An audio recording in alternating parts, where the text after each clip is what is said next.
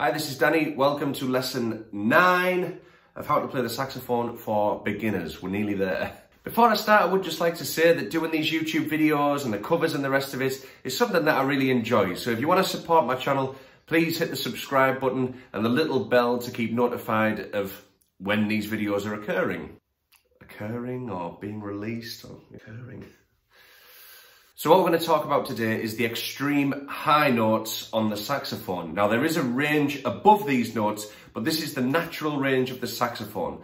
And it's after the high C sharp, so nothing with the octave key. We have some more notes above that. So what we have on the saxophone, bit my tongue.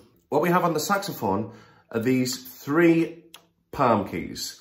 Now, you may have seen a video of mine which is describing the difference between a very cheap saxophone and a more expensive saxophone.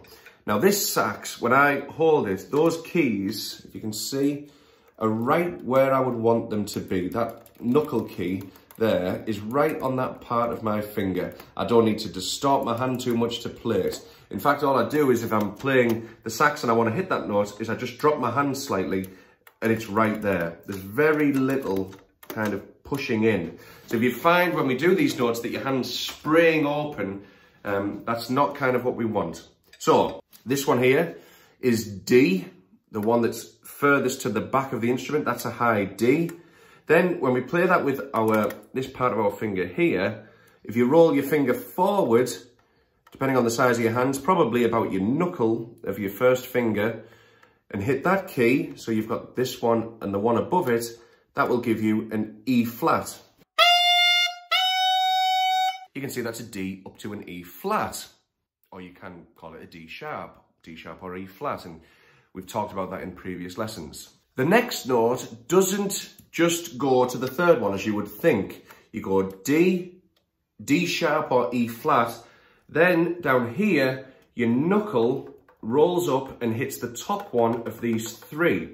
So you get this here and those 2, which were playing an E flat before, all at the same time, and that will give you a high E.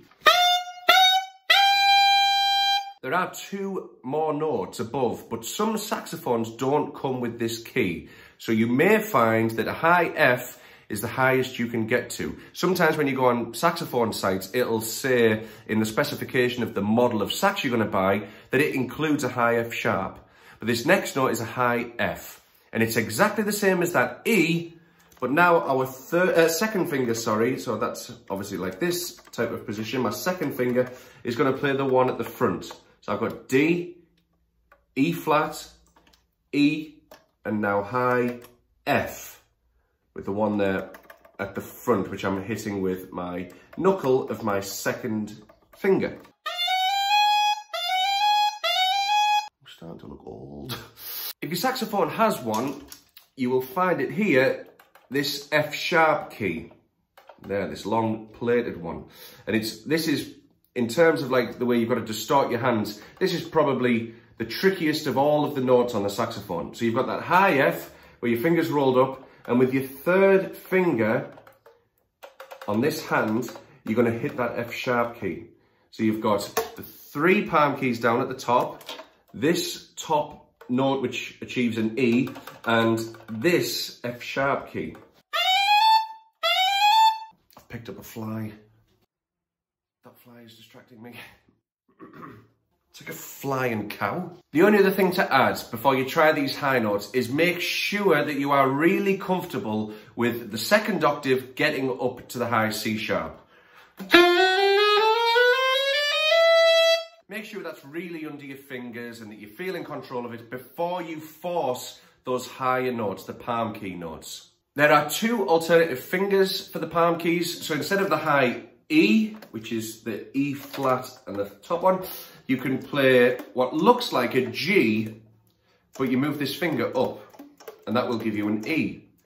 And similarly, if you keep this finger up when you're playing your E, if you take your G finger off, so like G to A, or similar to G to A, that will give you E to F. When you get to this top F, and you add this, you can achieve a high F sharp. And that's obviously if you don't have, where is it? This little fella here as an F sharp key. You've got E, F, F, sharp. Now these keys, to me, might be this saxophone, don't sound as powerful or as hard hitting as when you use the palm keys. But they're very good if you need to play an E and an F at speed, rather than like kind of flicking your hands around.